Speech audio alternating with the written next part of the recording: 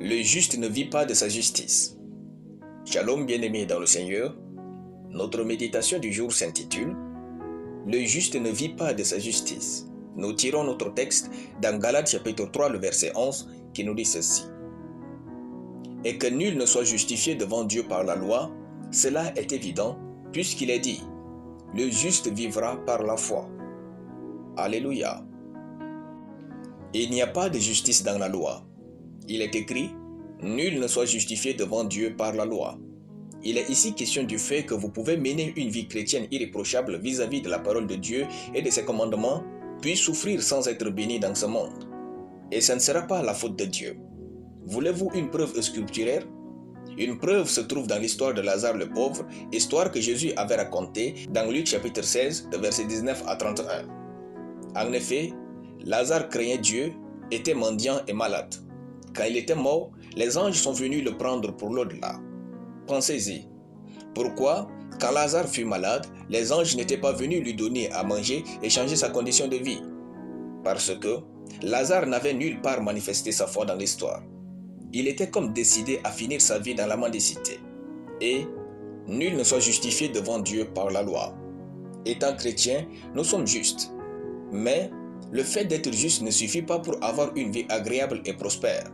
Car le juste vivra par la foi et non par sa justice.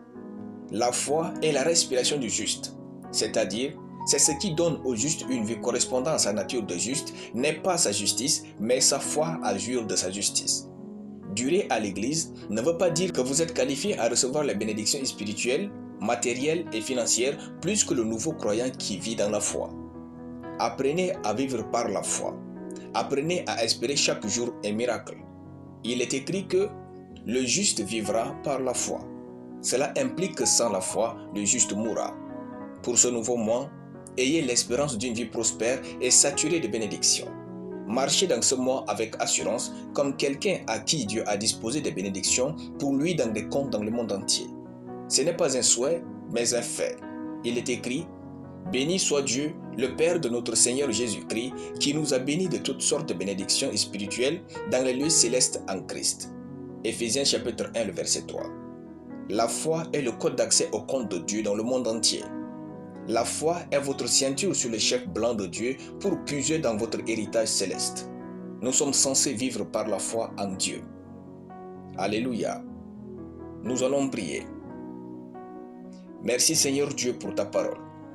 Je vis par la foi et ma prospérité dans ce monde est infinie au nom de Jésus. Amen.